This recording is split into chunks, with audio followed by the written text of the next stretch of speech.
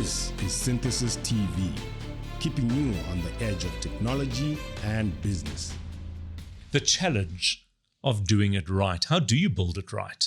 How do you go on an exercise to build technology that is useful, applicable, and that makes sense to a customer? What is that process? I'm Howard Feldman, and this is Synthesis TV. Welcome. It's a three-part series, and I'm very excited about it because we are looking at synthesis digital, and we're going to go through a little bit of a process in each part of this series where we look at different aspects of design, build, iterate, and of course, work with the customer. So if you are somebody who is about to go on this digital journey or would like to, maybe wants to understand this process a little bit more, this episode and the series of episodes is definitely for you. Joining me in a studio is Marsh Middleton. He is synthesis digital, as well as Brandon Fairweather, who has a speciality in design. Welcome. Thank you, Howard. Nice to be here. Welcome to Joburg. How is Johannesburg treating you guys? Fantastic, as always. You don't Where have the to hustle say is. that. You don't have to say it. We love the energy. It's all good. It is. The energy is good. You know what? We don't have the mountains. We don't have the sea, but we've got nice people. Great people. I suppose. Yeah. And we've got energy. Yeah, exactly. Lots of energy, great coffee, And we've got good like, conversation. Like a mini New York, you know? Oh, if only. Right. So let's just talk about this because it's very daunting. Or it can be very daunting. I've got this company. I know that I need to innovate. There's this whole journey ahead of me. I don't even know where to start. Take me through this. Where do I start? Brandon. Yeah, interestingly, Howard, a lot of times the clients we engage with have some kind of idea of what it is they want to do. And they're looking for a partner to almost just build it for them. I think, what we've realized over time is you really have to look at the space that you're in from a client perspective. And so we work with our clients to understand the world around them, their internal world, and then also look to bring the voice of the customer into the conversation. It's a very interesting thing, cognitive bias, which exists in all of us. And so a lot of times people have fallen in love with an idea or a solution, and they're just looking for a partner to bring it to life. But is it the right thing to build?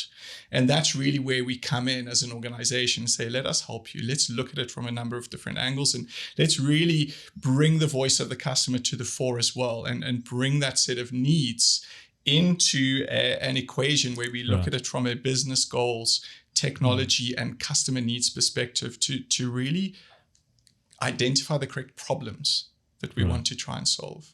Is there resistance sometimes to that process, given the fact that there is maybe cognitive bias, there is a preference for a certain solution? It's really tough. And in my experience, it's only when someone sees the insights for themselves. So something like usability testing, where we put a prototype in front of a set of users and we film them using it and we show that to a stakeholder.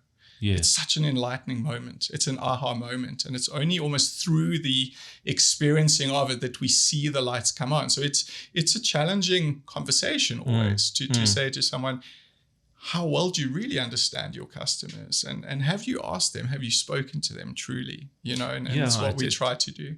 So Marsh, I imagine that from a business perspective, you come in and you've got to really actually understand what that business is, even before you go to the customer or the potential customer, the user.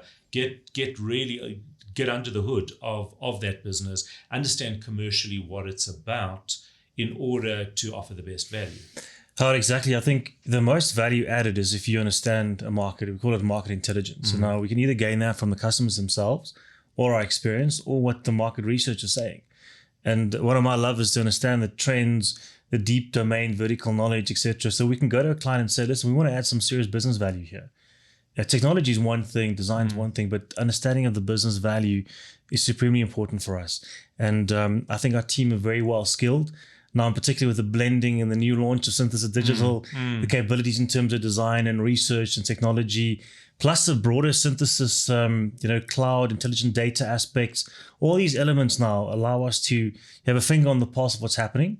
We have exceptional people that understand the competencies and the different verticals very well. So if we extract that value, bring it to client, and then add that from a customer perspective, we've got the win for a client. Ultimately, if the customer wins, we're going to win. And you're designing right in order to build right. Because Absolutely. otherwise. So take us through, Brandon, if you can just do, you mentioned the customer experience is engaging with our customer's customer effectively, understanding what their needs and requirements are. What is that process? Yeah, absolutely, Howard. And we also follow a similar process with the business themselves. So we'd have the concept of stakeholder interviews where we'll speak to a number of key stakeholders from inside a business. And what we found super insightful, a lot of time the business doesn't even realize they're not aligned on what they're trying to achieve. That's interesting. And so when we play that back to a group of people and say, actually, you've got 5 different perspectives, but here are some common themes, we create a view of the internal world. And from a customer perspective, we use what we call contextual inquiries, which are really one-on-one conversations. We're interested in the psychology of the behavior.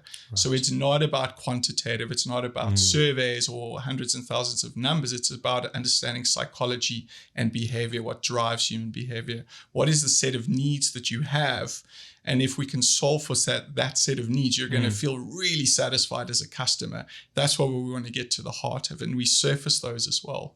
And then we intersect that with the business stakeholder insights and goals. And we say, here's the sweet spot, guys. Right. This is where the gold lies. Right. And then, of course, Marsh, you'd go back to the customer and say, right, this is the idea of where we want to get to. Does budget allow? Does this align with your own business aspirations? And then I would imagine start the design process. Yeah, absolutely. And I think, Brad can speak into this as well. Clients need to sometimes be convinced the value of design. It is extremely valuable because you don't know what you're building and why you're building it. What is the point? Any technology you select at that stage of the game is going to be obsolete in a couple of years. So from our perspective, if you have that customer centricity first and the customer experience aspect to it, that's a win for us. So how I'm going to use the word educated, and it's demeaning or patronizing. I don't mean it to be. How well-versed, maybe is a better way of putting it, are customers in general about this? Is there an understanding, and either of you can take this question, is there an understanding that this makes sense, or is there this idea that, well, you're a technology company, here, build it and let us know how it's going? Yeah, I think it's sometimes very difficult for our customers to know how to articulate what it is that they want. I think in their minds it's very, very clear. And for me, I don't know if you ever watched Harry Potter, where you can take a wand and put it to someone's head and almost pull the vision out. It's a big part of what we look to do as part of our working. And one of our most recent engagements, what we found is we could go through a 4-week process and then share at the end. It overwhelms our clients. So on our most recent engagement, what we've done is do exercises and share at the end of the week. Raw, work in progress, but collectively share things. And what we see, them through the take process them with on you. the journey with us and collectively build up a set of knowledge around what it is we actually want to do. So we learn together in the process. We get a whole bunch of new insights. And, what's really amazing for me at the end of this period, we were presenting to the client's exec team, and one of their own team spoke so strongly into aspects that had emerged. It wasn't us saying, you need to be aware of these following things. Right. Their team said, man, we discovered these things through this process, and what we thought we knew and what we actually need are 2 different things. And now we know it through this process. So yeah, it's a journey of discovery together. And I think it's hard for them to know exactly what to do on their own. And we're here to help. Once we've done that though, is there an understanding of where we're going to get to with precision, or does this evolve over a period? It's evolving always. I would say from a design perspective, we have a lot more clarity. Right. At the end of it, from a technology and build perspective, it's way bigger, right? There's a big journey ahead, right? And so what we do know is we have strategic direction, we have sequence and priority, and why those things are the important things for the business. Okay. So and you work with the customer to say, what are the priorities for stage 1? Where do we need to get to? And then an agreed way of working of how we get there. Right. It's a bit of a roadmap to how we move together. Yeah. And ultimately, I think, bottom line, you start with customer centricity. because you all compete on, in terms of customer experience. So for us, customer experience really starts with the customer, and the design component is one part of it, but the technology component also has to be done very skillfully in order to, not detract from the customer experience. So in the following episodes, I'm sure we're going to talk a lot more about technology and understanding that and how that goes forward. Yeah, absolutely. It's, any digital product is integrated, and there are so many touch points. There is an infrastructure piece, there's a kind of a platform piece, an application piece, there could be a payments piece, there could be a data piece. And for us, saying we take an integrated approach to thinking about it from the start with a integrated team is really, for me, a very special place. To have that set of skills under our roof. I feel very fortunate to be part of the teams, and every time I engage, I learn more, right? So it's a really fun space to be in. Yeah, I would imagine though that there are generally some form of legacy systems that you might have to work around. How do we manage that? Because that could be quite... you might have somebody on the team who's been part of building that legacy system or engaging a system that might be quite imperfect. So then you've got people who are loyal to something, perhaps for the wrong reasons. How do we take customers through that process? I think sometimes it's top down. So if that system no longer serves the business needs, if it's about efficiency and getting information quickly to make decisions to stay competitive, it's a business decision that's going to drive the technology to change. And it's really opening it up to the people and seeing our customers. And that's the theme. Hey, that's what we keep going back to. It's all about the business. It's not about technology. It's about your customers. It's about making your business more successful. Yeah, I think we lose sight of that a lot. And technology is seen as a silver bullet, but it isn't. It's what separate, you do with it. And it isn't. It's actually there to facilitate your business. It is. And it's totally integrated into the people part of your business. And I think that's the piece. And, if we talk about customer centricity, your employees are right up there. It's about people centricity, actually.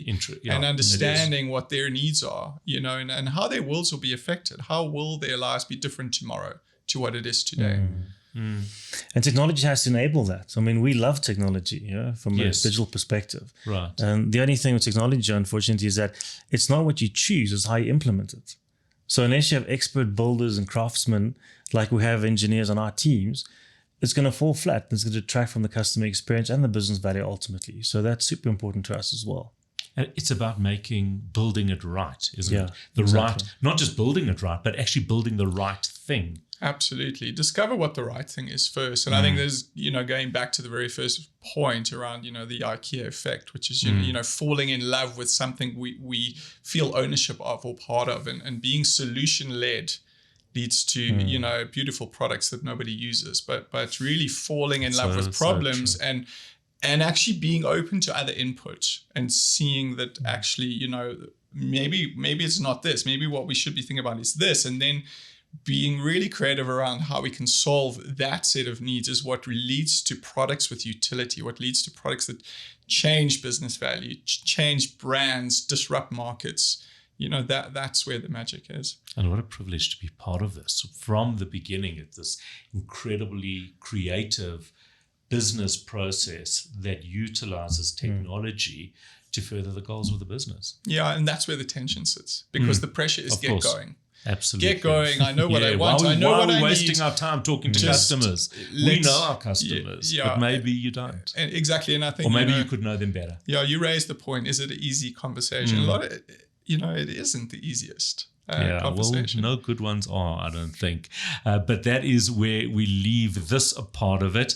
What we've been talking about here is conceptualizing and understanding the technology or digital journey that customers might want to go on. In the next episode, in the next part, we're going to be talking about innovation and creation, how we start to bring those together. Marsh, Brandon, thank you for your time. Thanks, this is very, very cool and an amazing concept. Thanks, Great, thank you. Thanks, Marsh. Nice to be part of the team.